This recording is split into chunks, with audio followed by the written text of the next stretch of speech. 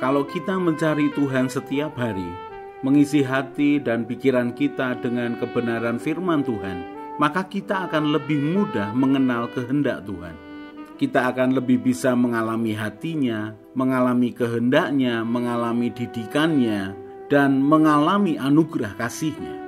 Apalagi kalau kita memperkatakan dan melakukan firman Tuhan setiap hari, maka roh kita penuh dengan pengertian akan firman Tuhan, dan jiwa kita akan sehat, karena mental, pikiran, perasaan, dan kehendak kita penuh dengan kebijakan Tuhan. Mari kita merenungkan dan melakukan firman Tuhan setiap hari, supaya hidup kita sejalan dengan kehendak Tuhan, dan hidup kita memuliakan nama Tuhan.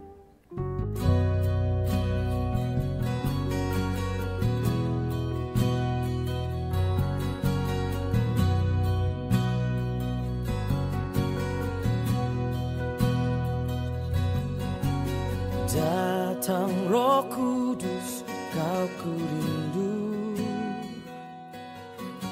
dengan minyak yang baru urapiku, mengalir penuhiku, mengalir pulihkanku. Kuasa-Mu bebaskan hidupku. Satu yang ku rindu, bersekutu denganmu, bawaku lebih lagi tinggal di dalammu, nikmati hadiratmu, jamahlah seluruh hidupku. Urapanmu mengubah hidupku.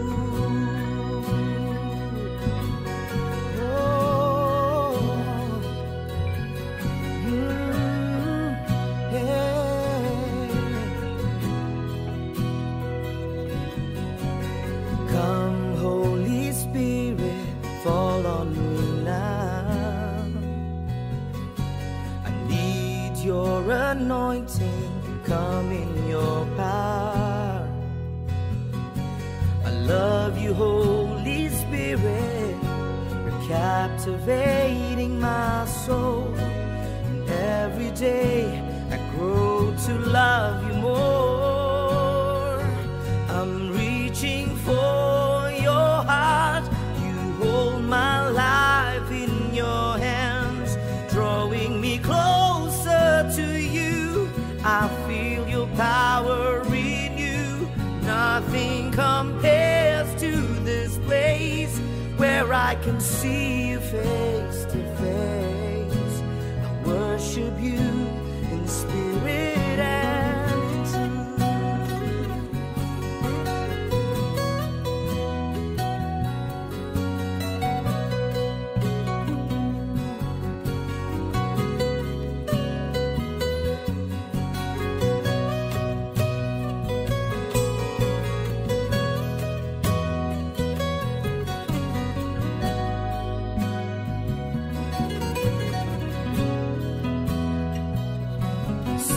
Yang ku rindu, bersekutu denganmu, bawaku lebih lagi tinggal di dalammu, nikmati hadiratmu, jamahlah seluruh hidupku. Urapanmu mengubah hidupku. I'm reaching for your heart. You hold my life in your hands, drawing me closer to you.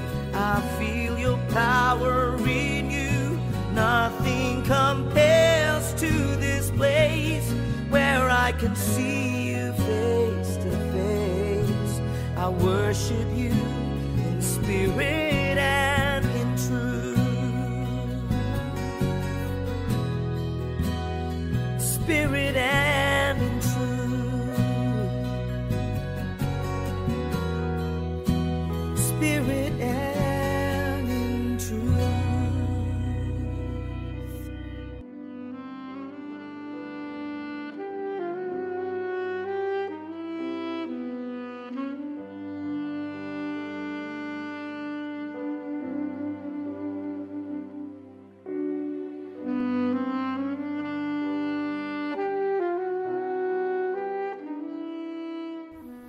Keluaran 33 ayat 13. Maka sekarang, jika aku kiranya mendapat kasih karunia di hadapanmu, beritahukanlah kiranya jalanmu kepadaku, sehingga aku mengenal engkau, supaya aku tetap mendapat kasih karunia di hadapanmu.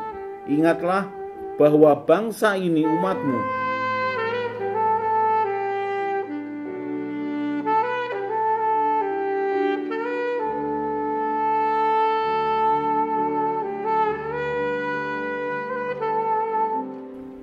Orang yang bertemu Tuhan akan mengalami Tuhan, dan orang yang mengalami Tuhan pasti akan mengalami perubahan.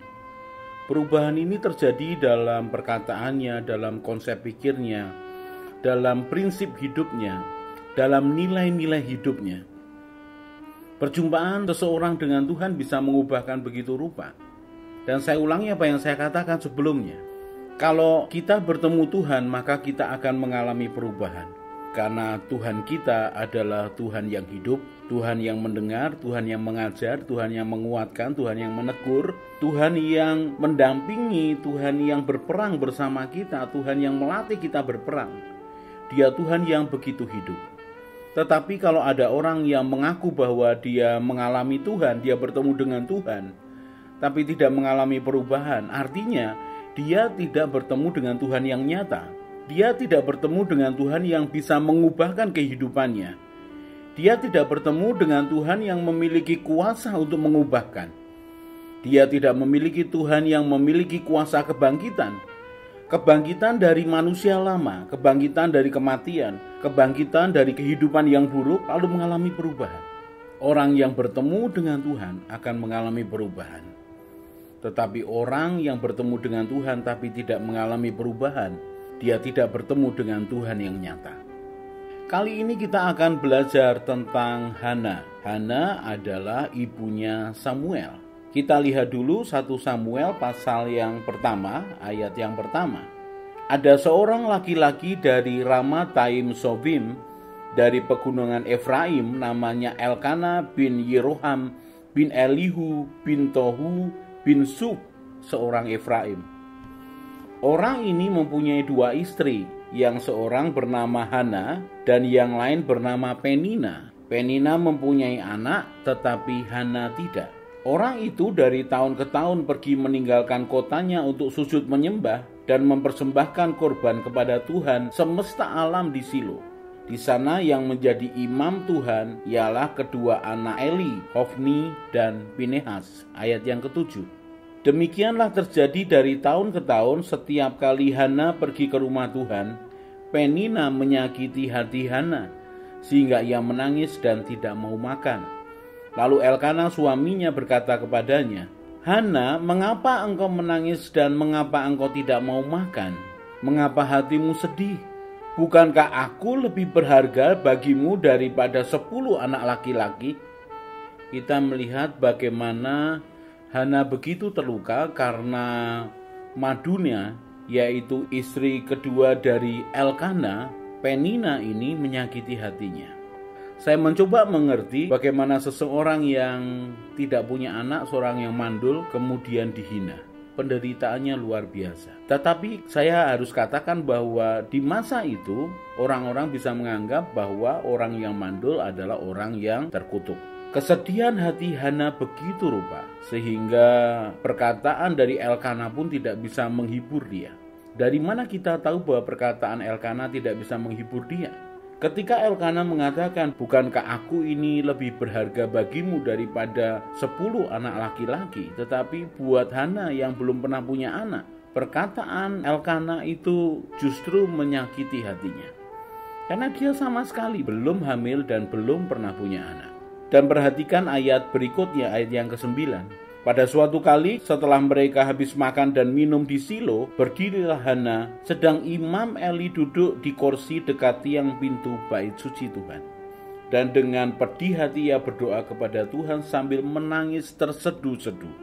Kemudian bernasarlah ia, katanya, Tuhan semesta alam, jika sungguh-sungguh engkau memperhatikan sengsara hamba-Mu ini dan mengingat kepadaku dan tidak melupakan hamba-Mu ini, tetapi memberikan kepada hamba-Mu ini seorang anak laki-laki, maka aku akan memberikan dia kepada Tuhan untuk seumur hidupnya, dan pisau cukur tidak akan menyentuh kepalanya. Ketika perempuan itu terus-menerus berdoa di hadapan Tuhan, maka Eli mengamat-amati mulut perempuan itu, karena Hana berkata-kata dalam hatinya dan hanya bibirnya saja yang bergerak-gerak, tetapi suaranya tidak kedengaran. Maka Eli menyangka perempuan itu mabuk. Lalu kata Eli kepadanya, "Berapa lama lagi engkau berlaku sebagai orang mabuk? Lepaskanlah dirimu daripada mabukmu." Tetapi Hana menjawab, "Bukan, tuanku. Aku seorang perempuan yang sangat bersusah hati. Anggur ataupun minuman yang memabukkan tidak kuminum, melainkan aku mencurahkan isi hatiku di hadapan Tuhan. Janganlah anggap hamba-Mu ini seorang perempuan dursila, sebab karena besarnya cemas dan sakit hati aku berbicara demikian." Saudara perhatikan, tekanan berkali-kali bertahun-tahun itu membuat Hana sangat terluka. Dan kita bisa melihat ketika dia berdoa kepada Tuhan, tidak ada suaranya, hatinya bergelora, hanya mulutnya yang seperti bergerak-gerak, memunculkan prasangka Imam Eli bahwa Hana mabuk. Tetapi perhatikan perkataannya, "Aku seorang perempuan yang sangat bersusah hati, sebab karena besarnya cemas dan sakit hati aku berbicara demikian." Kita tidak bisa memahami kedalaman luka yang terjadi dalam hati Hana. Ayat yang ke-17, jawab Eli, "Pergilah dengan selamat dan Allah Israel akan memberikan kepadamu apa yang engkau minta daripadanya." Sesudah itu berkatalah perempuan itu, "Biarlah hamba-Mu ini mendapat belas kasihan daripadamu." Lalu keluarlah perempuan itu, ia mau makan dan mukanya tidak muram lagi. Dan singkat cerita, Tuhan memberkati Elkana dan Hana. Hana hamil, kemudian melahirkan seorang anak laki-laki dan menamai anak itu Samuel. Inilah Nabi Samuel, nabi besar yang memimpin orang-orang Israel sebelum kemudian muncul Raja Israel. Dari mana kita bisa tahu bagaimana beban hati dari Hana? Tadi saya katakan bahwa orang-orang yang mengalami Tuhan akan meluap dari hatinya ucapan syukur, perubahan konsep pikir, perubahan prinsip hidup, perubahan nilai. Dari ucapan syukur, dari doa-doa yang dia sampaikan, kita akan tahu apa yang sebenarnya terjadi di dalam hatinya. Hana berjanji kepada Tuhan akan mempersembahkan anak yang dia terima dari Tuhan. Maka dipersembahkanlah Samuel di hadapan Tuhan, diserahkan kepada Imam Eli untuk melayani Tuhan. Saudara perhatikan, orang yang berbeban hati begitu rupa, kemudian bernasar, berjanji kepada Tuhan, lalu Tuhan menjawab akan doanya, Tuhan menolongnya. Maka hanya ketulusan hati dan kerelaan yang akan membuat seorang ibu melepaskan anaknya karena nasarnya. Hanya karena ketulusan hati dan kerelaan yang besar, dia menggenapi akan janjinya kepada Tuhan. 1 Samuel 1 ayat ke-24. Setelah perempuan itu menyapai anaknya, dibawanyalah dia dengan seekor lembu jantan yang berumur 3 tahun, 1 eva tepung dan sebuyung anggur, lalu diantarkannya ke dalam rumah Tuhan di Silo. Waktu itu masih kecil betul kanak-kanak itu. Setelah mereka menyembelih lembu, mereka mengantarkan kanak-kanak itu kepada Eli. Lalu kata perempuan itu, "Mohon bicara, tuanku. Demi tuanku yang hidup, akulah perempuan yang dahulu berdiri di sini dekat tuanku untuk berdoa kepada Tuhan. Untuk mendapat anak inilah aku berdoa, dan Tuhan telah memberikan kepadaku apa yang kuminta daripadanya. Maka aku pun menyerahkannya kepada Tuhan. Seumur hidup terserahlah ia kiranya kepada Tuhan." Lalu sujudlah mereka di sana menyembah Tuhan. Sesuatu yang indah. Dan saya harus ulangi, Hana dengan ketulusan hati dan kerelaan mempersembahkan anak yang dia terima dari Tuhan, yang dia tunggu bertahun-tahun, dan kemudian dia lepaskan kepada Tuhan. Tetapi ada hal yang sangat menarik. Di dalam 1 Samuel pasal yang kedua ayat yang ke-18.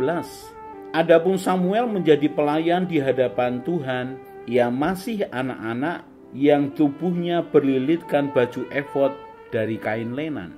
Setiap tahun ibunya membuatkan dia jubah kecil dan membawa jubah itu kepadanya apabila ia bersama-sama suaminya pergi mempersembahkan korban sembelihan tahunan.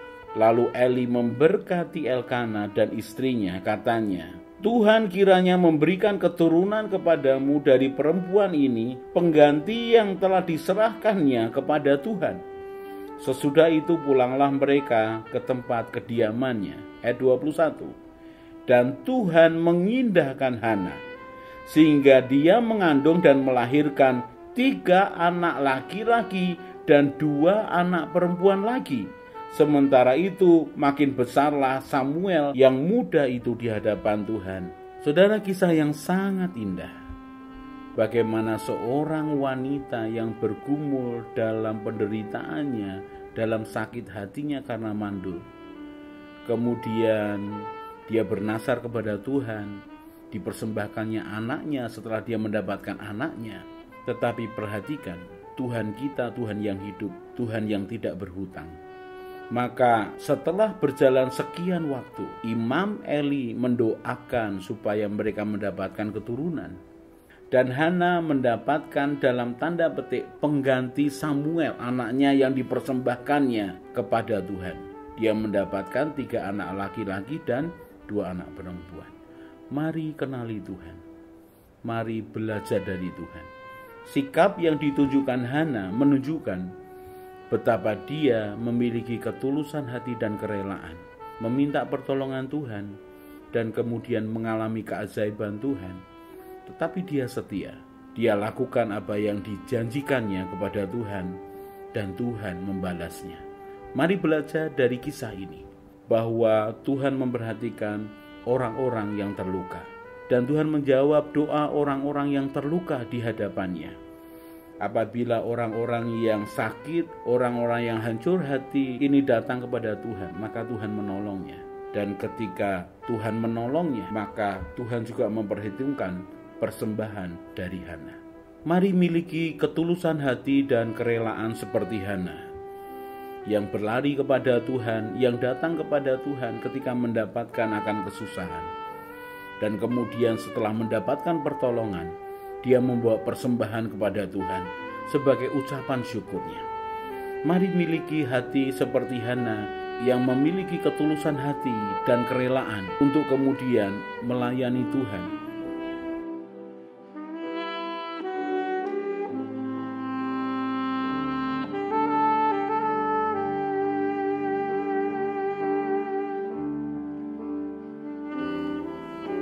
Sementara kita merenungkan firman Tuhan, kemudian hati dan pikiran kita penuh dengan beban masalah dan keinginan, maka masalah dan keinginan itu akan lebih kuat berbicara kepada kita, bukan kebenaran Tuhan yang berbicara kepada kita. Berbeda kalau hati kita tenang menginginkan Tuhan, pikiran kita penuh dengan kebenaran Tuhan, dan keinginan tidak mengendalikan kita. Maka keadaan ini akan membuat kita mudah mendengar suara Tuhan dan mengerti kehendak Tuhan. Kalau kita merenungkan firman Tuhan setiap hari, maka Tuhanlah yang menjadi petunjuk jalan kehidupan kita. Mari kita berdoa. Tuhan Yesus, terima kasih untuk kebenaran firman-Mu. Tuhan Yesus, Engkaulah gembalaku yang baik. Buatlah hatiku selalu melekat kepadamu. Firman-Mu itu pelita bagi kakiku dan terang bagi jalanku. Bawalah aku menjalani hidup sesuai dengan rencana-Mu ya Tuhan. Amin. Saya Yosea Kristiono, Gembala Jemaat GKI Injil Keselamatan Semarang. Tetap percaya, tetap semangat. God bless.